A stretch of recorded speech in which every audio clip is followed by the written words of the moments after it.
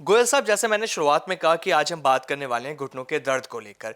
ये एक ऐसी समस्या बन चुकी है जिसमें से लोग बहुत ज़्यादा परेशान हैं। पहले 60 साल के लोगों को ये प्रॉब्लम हुआ करती थी और आज 20 से 25 साल की उम्र के लोगों को भी ये प्रॉब्लम हो रही है। उनको कहा जाता है कि आपके घुटनों की ग्रीस खत्म हो चुकी है, आपके घुटनों में टक टक की आवाज़ आ रही है। तो सबसे पहले आप ये बताइए, ये ग्रीस घुटनों की होती क्या है? एक ना बॉडी के जी। अंदर फ्लूइड होता है, साइनोवल फ्लूइड, ये उसी का फंडा है सारा। ये होता है एज के हिसाब से भी कई बार कम होता है, कई बार हमारी डाइट पे डिपेंड करता है। अब जैसे मान लो यंग बच्चे हैं, उनको क्यों हो रहा है? जी। उन्होंने मैदे का बना फूड खाना है और ऊपर अच्छा। से कोल्ड ड्रिंक पीना है। अभी जो 50-60 साल के हैं, जो अपनी उम्र के, मेरी उम्र के लोग हैं, वो अभी बचे हुए हैं। क्यों? क्योंकि उन्होंने अभी पुराना खुराक खाई हुई है। आज के बच्चों को वो खुराक नहीं मिलती, वो जल्दी बूढ़े हो रहे हैं जी। और जल्दी उनके हड्डियां कमज़ोर हो रही हैं और वो सेहत को लेकर के गरीब हो रहे हैं बहुत जल्दी। क्यों? सेहत को लेकर के गरीब वही है जिसकी सेहत ठीक नहीं है। अभी आपने कहा कि कॉलेज में जाने वाले लड़के लड़कियों के भी दर्द हो रहे हैं। कॉलेज में तो छोड़ो, स्कूल वालों के भी हो रहे हैं। बच्चों को खड़े खड़े चक्कर आ जाता है आजकल, वीकनेस इतनी है।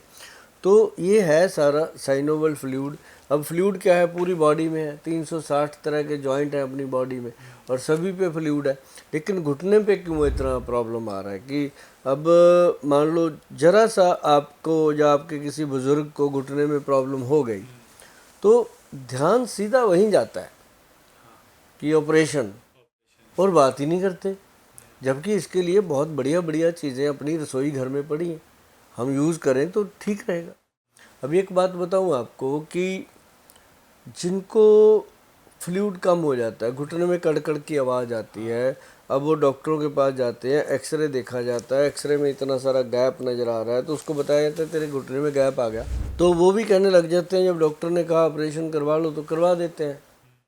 क्यों डिले कर रहे जी हो? बिल्कुल। तो बच्चे आजकल थोड़ा एडवांस भी हैं तो वो चाहते हैं जल्दी जल्दी हो जाए। जी।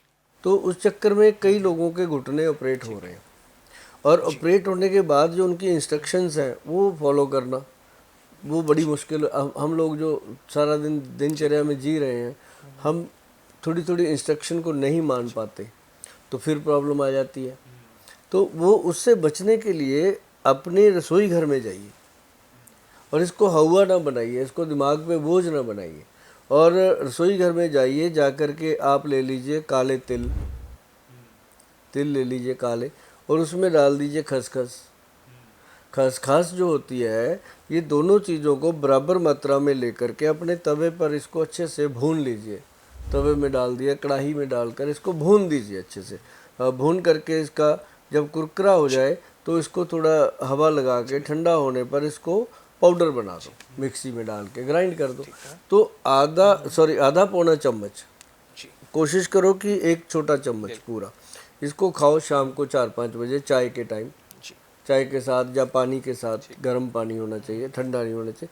उसके साथ खाना शुरू बिल्कुल कर गोयल दो, साहब। थोड़े दिनों में जी। फ़र्क नज़र आता है। मतलब गोयल साहब, जिस फ्लूइड के बारे में आप हमें बता रहे हैं, अगर वो कम हो जाती है तो घुटने आपस में टकराते नहीं है, घुटनों में टक टक की आवाज आती है, वो इसी फ्लूइड की वजह से आती है और तभी डॉक्टर कह देते हैं कि आपको घुटने बदलवाने पड़ेंगे। ये तो लेकिन गोयल साहब, आपने एक सामान्य कारण बताया है जिनकी वजह से ये अभी प्रॉब्लम आती अभी है। अभी एक मिनट, अभी जी। जो आपने बात कही है अच्छा। कि फ्लूइड कम हो जाता है ओके। और घुटने जी आपस में टकराते हैं, रगड़ जाते हैं और आवाज़ आती है, ये बात आपने कही है ना। बिल्कुल। और यही बात सारी दुनिया कहती है, लेकिन मैं आपको इसका सत्य बताता हूँ। क्योंकि मैं जो हूँ या मेरे जो डॉक्टर हैं, मेरे साथ जो टीम है, हम देखते हैं हमारे पास 250 से ज़्यादा डेली घुटनों का पेशेंट है जो दवा लेके जाता है। तो लेकिन हम उनको देख करके जब देखते हैं सभी की कंडीशन, मेरे ख्याल से दिन में सैकड़ों एक्सरे तो मैं देख लेता हूँ। हर एक बंदा इतने इतने एक्सरे लेके घूम रहा है, ये भी देखो। फिर पेशेंट को सेटिस्फेक्शन तब होती है जब डॉक्टर उसका सारा देख लेता है, एक्सरे 12 के 12 दिखाता है, हर महीने का ये कराया वो कराया। क्योंकि वो जब देखते हैं तो इसमें क्या होता है, आप ये देखिएगा कि ये जो घुटना है ऐसे दिखता है, उसको गैप इतना इतना दिखा, और उसके साथ साथ एक लेयर बनी होती है। एक्सरे में कभी देखिएगा, एक ऐसे लेयर बनी होती है जो जम जाता है। आपको मैं बताऊं, फ्लूइड जो है जी वो कभी ख़त्म होता ही नहीं। बिल्कुल। हर कोई कहता है घुटने का फ्लूइड खत्म हो गया, कोई उसको ग्रीस कह देता है कि खत्म हो गया। खत्म कभी कहाँ जाएगा वो बताओ? ना तो वो बाथरूम में जा सकता है, ना वो टॉयलेट से जा सकता है, ना वो पसीने में बह सकता है, जाएगा कहाँ? वो वहीं पे जैसे कहते हैं ना घुटने में फ्लूइड निकल करके वो जो अपना लिगामेंट्स है उसको पार करके वो साइड पे जमा हो जाता है। सूज गया घुटना, इधर से निकल गया, या घुटने के ऐसे नीचे जाके एक लड्डू सा बन जाता है। जो ये घुटने के नीचे की तरफ की होती है, आप इसकी बात कर रहे हैं? बन जाता है वो लड्डू सा, वहाँ जमा हो जाता है। तो वो फिर क्या होता है कि वो फिर जब जमना शुरू होता है ना, फिर वो आवाज़ ऐसे कड़ कड़ की आवाज़ करता है। फिर जब इंसान बैठे बैठे उसको कुछ नहीं होता, जब उठ के चलने लगता है तो जान निकलती है उसकी, है ना। तो वो क्या होता है कि वो जमा हुआ फ्लूइड जो होता है वो मेल्ट नहीं होता, ठीक है। वो जमने के कारण उसमें रगड़ आती है। वो कहता है हड्डियाँ घिस रही हैं, हड्डी कहाँ घिसेगी, वो फ्लूइड जम गया।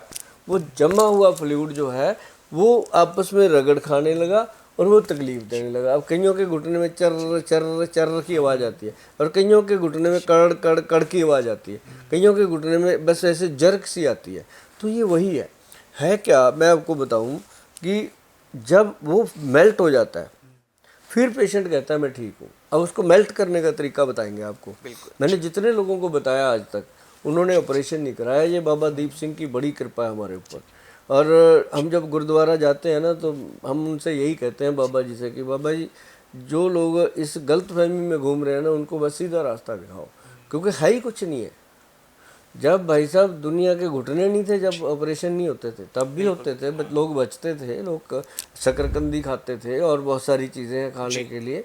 तो मैं बताऊंगा अभी धीरे धीरे आपको, क्योंकि घुटने के ऊपर तो हम इतना काम कर रहे हैं कि डेली 200 पेशेंट को देखना मजाक नहीं होता। किसी काम को आप दिन में 200 बार करो तो वो काम के आप मास्टर हो जाते हो।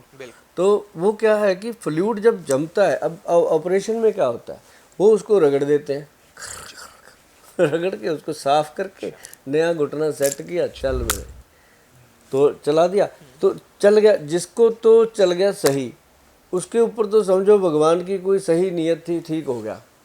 कई लोग हैं ठीक, जो जिनको 10-10 साल हो गए घुटना डलवाए हुए, वो ठीक है। कई लोगों का 3-3 बार खुल जाता है, सेटिंग ही नहीं आती। अब जैसे मान लो गाड़ी का कोई आप पार्ट चेंज कर रहे हो, जरूरी तो नहीं कि पहली बार में मिस्त्री चेंज कर देगा ठीक। वो गाड़ी है भाई, वो बर्दाश्त कर लेगी, उसको तो चाहे हथौड़ा मार दो।